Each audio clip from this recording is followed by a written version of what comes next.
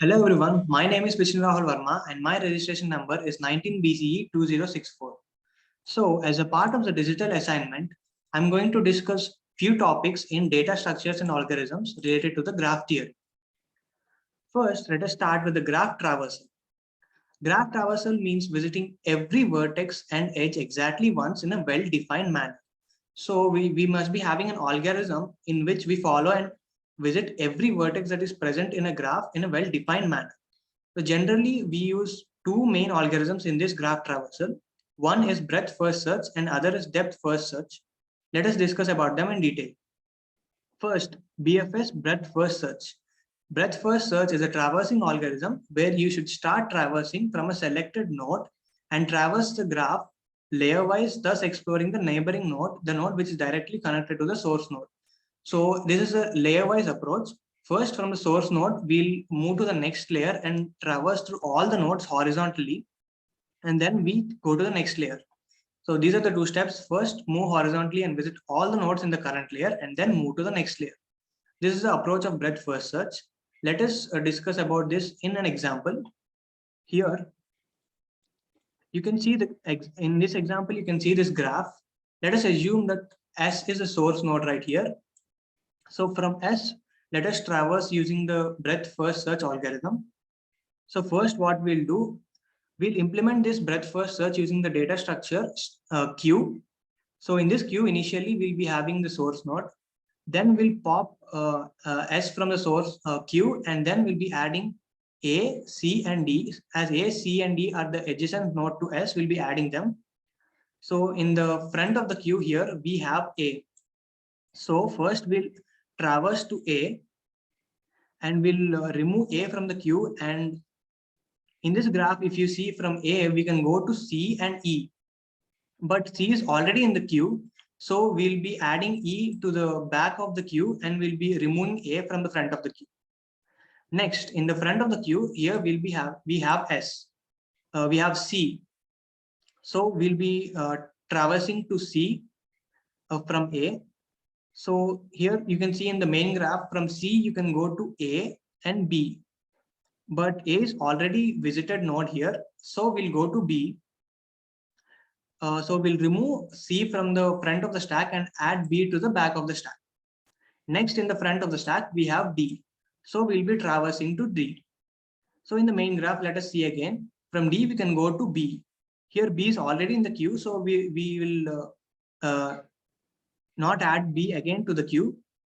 So we'll remove D from the queue. Next, we'll be having E in the front of the queue. So we'll be traversing to E. From E, you can go to F and G. So we'll be removing E from the front of the queue and adding F and G at the back of the queue. At present, we have in the front of the queue B. So we'll be visiting B next. And then from B, we can go to C and G. Here, C is already visited and G is already in the queue. So we'll not change anything. Next, we'll be going to F and then we'll be going to G. In this way, we'll be achieving the breadth first search using the queue. Next, coming to the depth first search. In depth first search algorithm, we'll be starting with the initial node of the graph and then go deeper and deeper until you find a goal node or the node which is not a child. For example, if there is a source node and there is a branch, we'll go deep into the branch until there is no more child for that node. You'll better understand this with an example. So here the data structure that is used in the depth first search is stack. So coming to this example, if we see this graph, let us take the source node again and we'll keep it in the stack at first. Then we are at the source node. The three adjacent edges are A, C, and D. So we'll be popping S from the stack and we'll be adding A, C, and D. But at the top of the stack, we have D. So first, let's traverse to D. From D, we can visit B. So we'll pop D from the stack and we'll be adding B. Next, we'll be traversing to B. From B, we can go to C and we can go to G. But C is already in the stack. So we'll be popping B and adding G to the top of the stack. And we'll be traversing to G in the next step. So from G, you can go to either E or F. So we'll be popping G from the top of the stack and we'll be adding E and F in any order. You can add E and F or F and E also. In this example, we added E, F and E. So E is in the top of the stack. Now next we'll be going to E. After going to E, we can go next adjacent node is F. So we'll be going to F and then we'll be popping F and then we'll be having C in the top of the stack. We'll be visiting C and we'll be popping C and then A is remaining. So we'll be visiting all the nodes according to the depth first search. So stack will be used for depth first search. So in this, you can clearly understand the difference between the breadth first search and depth first search. You can see the layer by layer approach. First, we finished the 0th layer, came to the first layer, traversed to all the nodes, and went to the next layer, traversed to all the nodes. In the depth first search, we'll be starting from the source node. We'll be going deep enough so that there is no child. So here you can see for 3, there is no child. So we'll be traversing back and traverse to the most recent unvisited node, that is 4, and then we'll traverse back again and we'll continue the same process. This is the difference between breadth first search and depth first search. So this is another interesting concept, that is minimum spamming tree. So basically what this means is, if there is a tree, if there is a graph, you can see in this graph, there are 5 nodes and we are having some edges. Each edge is having some weight. So this minimum spamming tree is, we should be connecting all the nodes in that graph and we should be getting the least total weight. You can see that the minimum spamming tree is defined as a spamming tree with the weight less than or equal to the weight of every other spamming tree. In other words, a minimum spamming tree is a spamming tree that has a weight associated with its edges and the total weight of the tree is at minimum. So you can see this example for this graph. The minimum spamming tree is this one. That is, you can form as many subgraphs from this as you want, which involves all the edges in it. The minimum weight will be 17 plus 16 plus 10 plus 15 only, as this is the minimum spamming tree for this graph.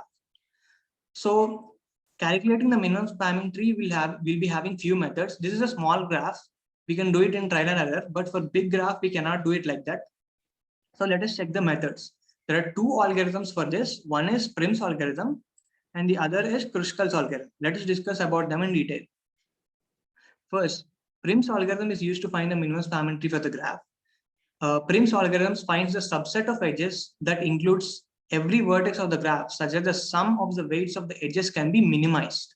Prim's algorithm starts with a single node and explores all the adjacent nodes with all the connecting edges at every step. The edges with the minimum weight causing no cycle in the graphs get selected. So here are the steps to be followed.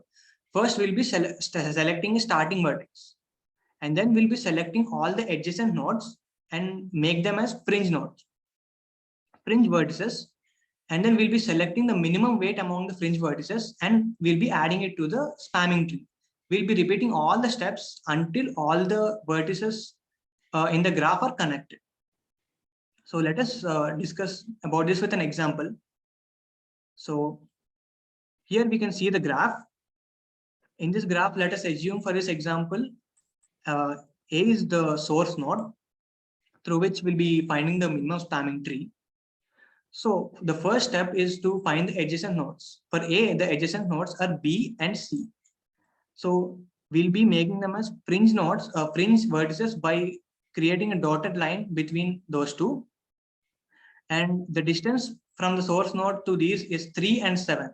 So between 3 and 7, 3 is minimum. So what we'll be doing is we'll be making this, adding this to the minimum spamming tree. As you can see in the next step, there is an edge between A and C. So from the node C, we'll be repeating the same process. In the main graph, you can see that for node C, B and D are the adjacent nodes. So here in this step, we formed fringe node, that is dotted line from C to B and C to D. And the distances are 4 and 10. Now we'll be comparing all the distances from the fringe vertices. In the 3, 7, 4 and 10, the least is 4. So we'll be forming an edge from B to C in the minimum spamming tree. In the next step, the edge from B to C is formed. Now from B, in the initial graph from B, where can we go? We can go to E and D. So we'll be in this step, we'll be forming the fringe nodes from E and D, and the weights are 11 and 9. In all these three, the least weight is 9. So we'll be forming an edge from B to D. In this next step, we'll be forming an edge from B to D. Here you can see that fringe node from C to D is removed because already D is connected in the minimum spanning tree. There is no need for another edge. And also C to D distance is more from B to D. That's why we'll be removing the fringe node from C to D. In the next step, the only fringe node remaining is B to E. As all the edges should be connected in the minimum spanning tree, we'll be creating this edge from B to E in the next step. So finally, this is the minimum spanning tree for this sum. So let us calculate the total weight is 11 plus 9, 20 and 7. So 27 is the minimum, the weight of the minimum spanning tree. So whatever subgraph you make from it, the least weight cannot be less than 27, as this is the minimum spanning tree. Now let us discuss the Kruskal's algorithm. It is similar to the Prim's algorithm. Here we'll be using a greedy approach. So we'll be trying to locate the optimal choice in every stage, hoping to find the global optimum. So this is in this the steps are: first we create a forest of all the nodes like separate trees. So whatever the nodes that are present in the graph, we'll be making them as separate trees and forming a forest. And then we'll be forming a queue. All in this queue, we'll be having the pair of nodes which are having edges between them, and we'll be arranging them in an order from low weight to high weight. That is the sequence of priority. And then we'll be taking each and every pair from queue and we'll be adding to the minimum spanning tree. And if the nodes in that pair are in separate trees, we'll be joining those two trees in the forest. To understand this better, let us take the example. So in this example, if we see the forest is formed from all the nodes as separate trees A, B, C, D, E, and F. Here initially the minimum spanning tree is empty, and we'll be having all the pair of the nodes which are having edges between them, and these are ordered in from low weight to high weight. Here you can see from A to D, the weight is 1, that is minimum, and next from E to F, the weight is 2. In that way, the weight will be increasing in this queue. The first step is to remove AD from, as it is in the front of the queue, we'll be removing this pair and we'll be adding it to the minimum spanning tree. So you can see A and D, in this forest, A and D are in the separate trees. So we'll be joining them and we'll be making them in the single tree. Next, we'll be forming, making the edge from A to D here. Then in the front of the queue, we have E and F. We'll be bringing it to the minimum spanning tree. As you can see here, the E and F are separate. We'll be joining them and making a single tree. And we'll be adding the edge from E to F. Now, in the front of the node, in front of the queue, we have C and E. In this forest, you can see that C and E are in the different trees. So we'll be making them in a single tree in the next step. As you can see, C, E, and F are in a single tree now. And we will also be adding the edge. And in the front of the queue now we have E and D. Here you can see E and D are also in the different tree. So we'll be merging them in the forest, and we'll be adding an edge from an edge to E and D. Next, in the front of the queue, we have C and D. But you can observe the C and D are already in the same tree. So we don't need to add it to the minimum spanning tree. We can discard this pair. Next, D and F. As you can see, D and F are already in the same tree. So we can discard this pair as well. We don't need to add it to the minimum spanning tree. So the next pair is A and C. So these two are already in the same tree. So we'll discard this as well. Coming to the next pair, A and B. A and B are in the separate trees. So we'll be merging these two and forming the whole tree. And we'll be creating an edge from A to B. So as all the nodes are in the same tree, we'll remove whatever left in the queue. So we'll be removing this B and C pair as well. Now these are the edges. If we join all these edges, we'll be getting this tree, which is a minimum spanning tree. Let us calculate the distance. 7 plus 1, 8, 8 plus 4, 12, 12 plus 5, 17. So 17 is the weight of the minimum spanning tree. We cannot form any subgraph that is less than 17 and involving all the vertices in that graph, as this is a minimum spanning tree. So this is how you solve the Kruskal's algorithm. So this is another concept which is single node shortest path.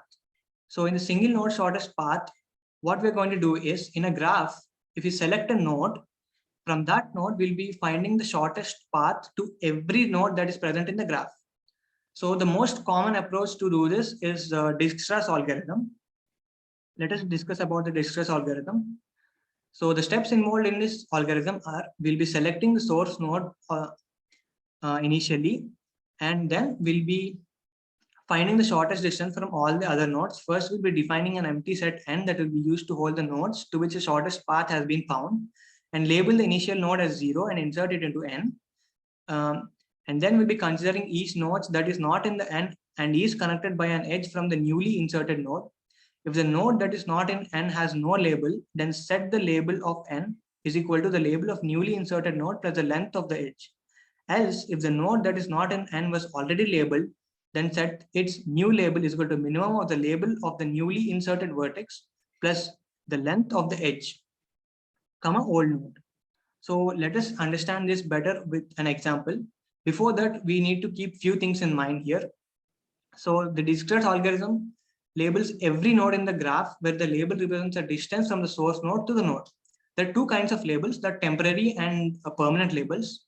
While the permanent labels are assigned to the node that have not reached, temporary labels are assigned to the node that have not been reached. Permanent labels are given to the node that have been reached and their distance to the source node is known.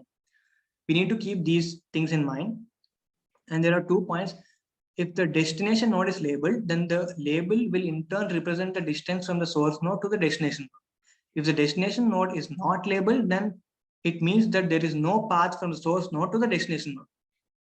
Keeping all these points in mind, let us see an example to understand the Dijkstra's algorithm better. So this is the initial graph. In this graph, let us select the A as our source node. So from A, we'll be finding the least distance to every other node, the shortest distance to every other node that is present in the graph, that is B, C, D, and E. We'll be using two data structures in this, queue and stack as well. In the queue, we'll be updating the distance from the source node to other nodes, and in stack, we'll be adding the fixed and labeled and boxed nodes. First, our source node is A. So distance to the source node is 0. So we'll be boxing that and labeling that as 0. And from A, we can go to B and C. So distance from the source node is 10 and 3. We'll be adding that to the queue and we'll be adding A to the stack right. So in 10 and 3, 3 is least. So in next step, we'll be boxing 3 and we'll be traversing to C. After traversing to 3, we'll be adding it to the stack. And here we can traverse to B, D, and E as well, all the 3 nodes. So if we calculate the distance to B via C, the distance is 7. But here the distance from the source node to B is 10. As 7 is least, we'll be striking that and we'll be updating 7 as the distance from B in the queue. To D, it is 8 plus 3, 11. And to E, it is 3 plus 2, 5. So these 3 distances we are going to update in the queue. As you can see, 7, 11, and 5. So which is least? 5 is least. So we'll be adding that to the stack in the next step and we'll be traversing to E. From E, where can we go? We can go to D. To D, the distance is 3 plus 2 plus 9. That is 9 plus 5 is 14. But the distance is 11, which is already less. So we'll not be updating the queue. It will remain as it is, as you can see. In 7 and 11, the least is 7. So we'll be adding B to the stack and we'll be going to B. We'll be adding the B to the stack. And from B, you can see we can go to D. The distance will be 9, which is less than 11. So we'll be updating the distance of D from 11 to 9, and we'll be updating it in the queue as well. As you can see, we updated. And then the only one remaining is 9. So we'll be boxing that as well, and we'll be adding it to the stack. So in this way, we found the shortest distance from A to all the other nodes that are present in the graph. So from A, the shortest distance to A is 0, of course. To B, it is 7. To C, it is 3. To D, it is 9. To E, it is 5. In this way, we'll be using the Dijkstra's algorithm to find the shortest path. So there are many applications for distress algorithm which are very important in our daily life. For example, the map applications, Google Maps, when we need to find the shortest path from one city to other city, and things like that. And also in the networking also, for example, whether addressing the need for shortest path explicit in either in the domain of the robotics, transportation, embedded systems, laboratory or production plants, etc. This algorithm will be applied. So in IP routing also, it is very important, this distress algorithm. So it has very wide range of applications in our daily life. So these are the topics I wanted to explain. Thank you.